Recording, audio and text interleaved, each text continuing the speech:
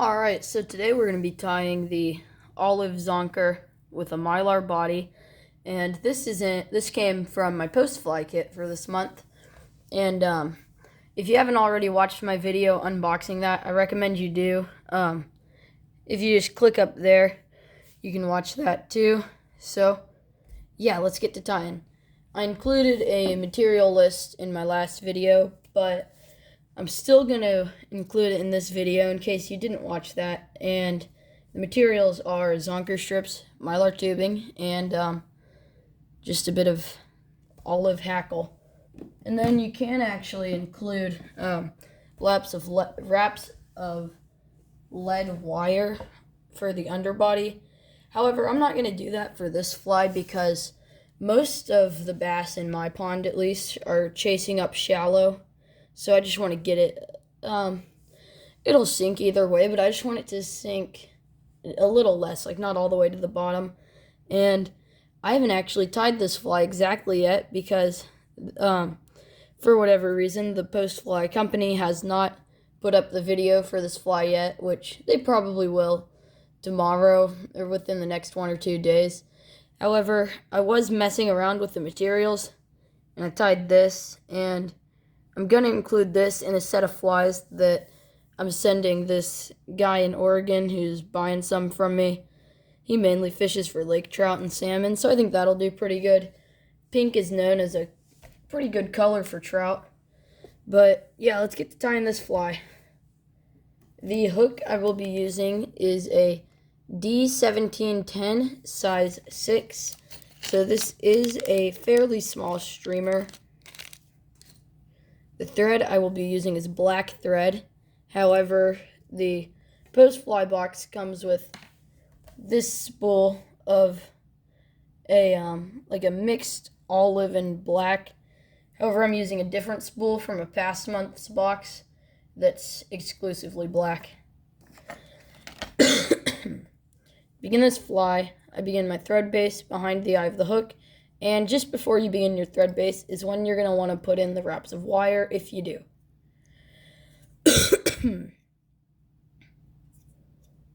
I continue my thread base back to around to where when it hangs straight down is around the point of the hook. So I'm just going to trim my tag and take a few wraps back.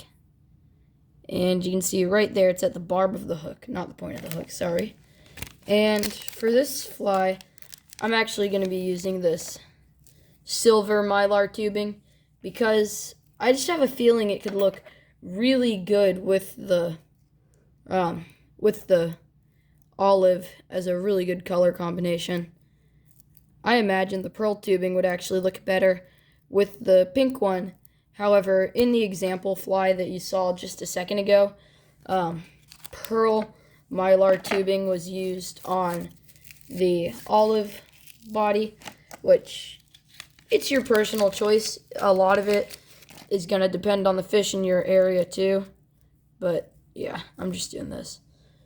So before I tie in my mylar tubing, I just like to take my finger and put it in the tube to just sort of fray a bit of those fibers, get them going. I slide it onto the hook, and now I'm going to take one loose wrap that I tighten, and then I'm going to push my finger into the thread to take ridiculously tight wraps.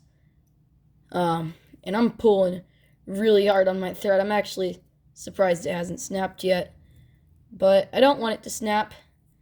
It's just a big problem with this mylar tubing is that it is incredibly slippery and hard to secure on the hook without applying a drop of adhesive.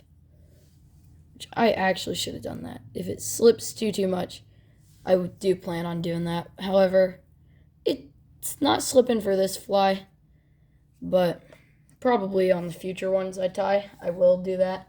So I actually recommend you do that for this fly. Now I'm going to take my olive zonker strip, which is just, if you're unfamiliar with zonker strips at least, it's just a fairly thin cut strip of rabbit skin. It has these fibers that move incredibly well in the water and work really well for a variety of species. So I'm just preparing it by stripping away some of the fur. And I'm going to be tying it to where the strip that hangs off goes about as far out as the end of my mylar tubing. And one thing I recommend is once you find that point, keep your finger there. And then I have this little thing of water. This used to be my thing of toothpicks that I would use to apply head cement and super glue and stuff until I ran out of toothpicks. So now I just use it to contain water when I'm tying a fly that might need water. So what I'm going to do is I'm just going to wet my fingers and stroke back the fibers to make the tie-in process much neater. And this may seem like an unnecessary step, but just speaking from experience, when you're working with Zonker strips and marabou and stuff of that manner, especially on a fly like this one, this is going to save you a ton of time. So now that I have that laid down, I'm just going to take some tight wraps to secure my Zonker strip until it does not spin like that. It can spin a bit. You just want to get all of that out, or at least most of it, before you reach the second tie-in point at the front of the hook. And you can see it's not spinning too terribly. It's spinning a lot more than I'd like, but what I'm going to do is when I go up to here on the hook, I'm just going to tie that down much more securely so that it does not spin. Now I'm going to pull out thread, preventing that from spinning while I do so, and reach for my whip finisher. I'm going to pinch a bit right here and then continue my whip finish. As I mentioned, I do recommend pulling out a little bit of thread for this, actually a good bit, because you're whip finishing over the wetted Zonker strips, and this is where it's going to save you a ton of time. It is hard to whip finish with dry Zonker strips on your fly. So I'm just going to get as many turns in as I easily can and just wiggle my way around the Zonker strips. And you can see here it actually came under the strip. However, this will not affect anything with the fly. You can see it's still spinning a ton more than I'd like.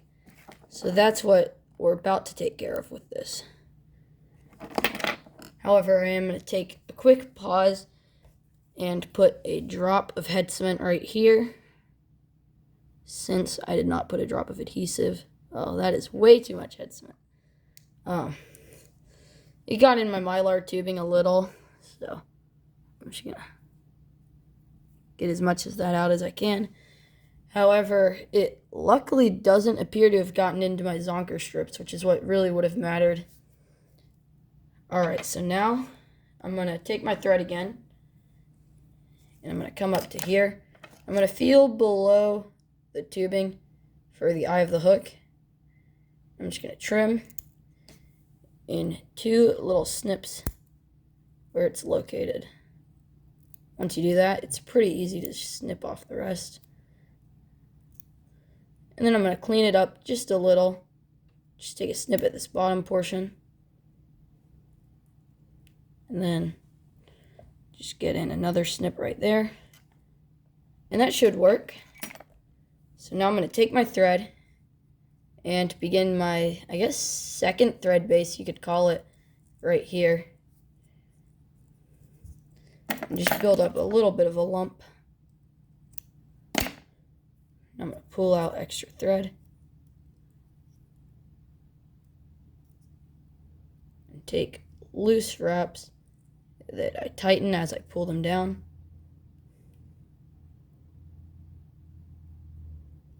And you can see there's a few stray fibers.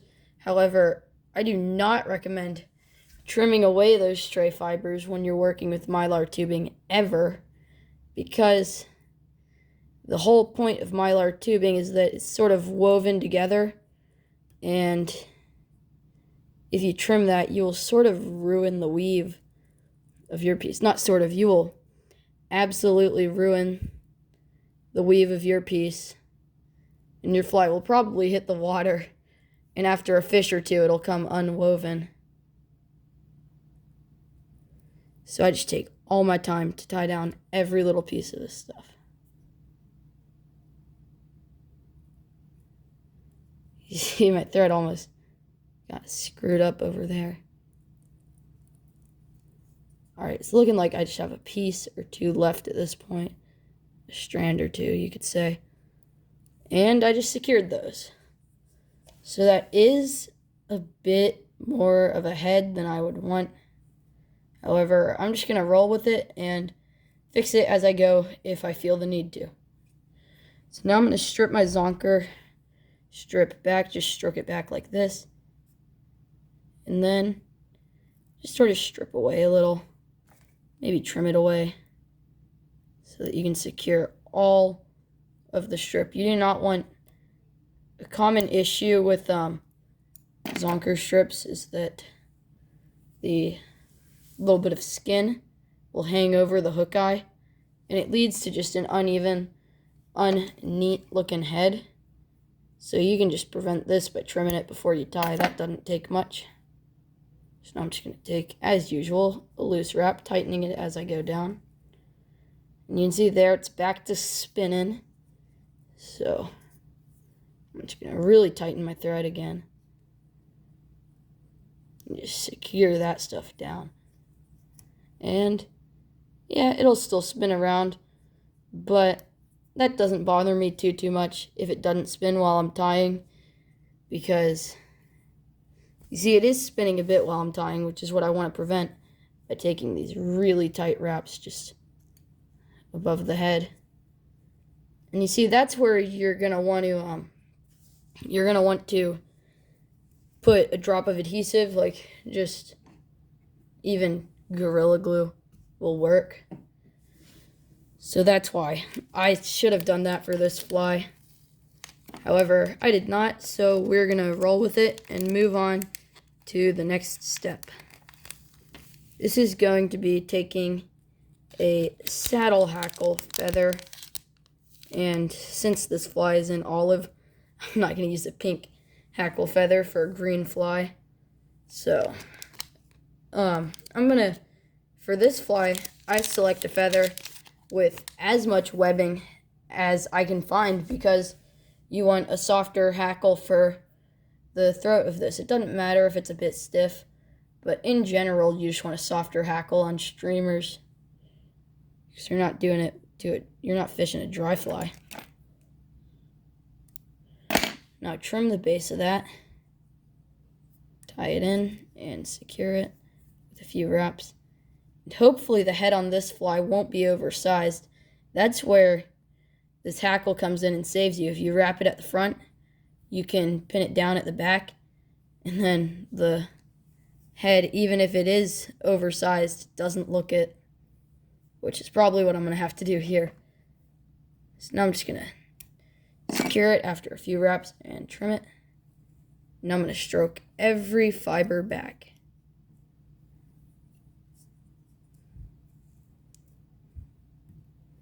Once I have every fiber back, I'm just going to continue tying it down, getting a nice, neat head.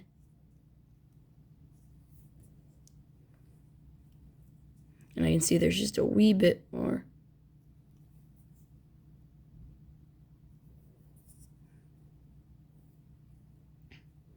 And yeah, this is looking complete now. It has a fairly large head. I believe it'll still fish well, though.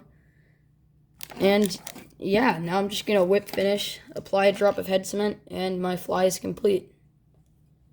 With this fly, I recommend fishing it in ponds and stripping it either slow or fast, depending on how energetic the bass in your pond currently are. And mine are pretty energetic, so when I do my video on fishing this tomorrow, I will do a section on the technique of stripping a fly quickly. Now I'm just gonna lay down a whip finish. And yeah, I'm actually gonna upload the video and film it today, since I just realized I'm putting out this video tomorrow morning since it's like 9:30 right now, and I don't feel like messing with that. But yeah, this should be out at around like 7 or 8 tomorrow morning, probably like 7:30. But yeah, and then today, like I mentioned, I'm putting out my video fishing this, and I actually expect to catch a fair deal of bass on this fly. It looks great, and I think it'll fish great too. I know the Zonker strips have just the best action. It's my favorite streamer material because of the action it has. It's hard to explain, but it's almost like a rippling action, and that's what I love about this so much. So yeah, if you enjoyed today's video, be sure to check out some of my other videos and like and subscribe for more videos. Thank you for watching.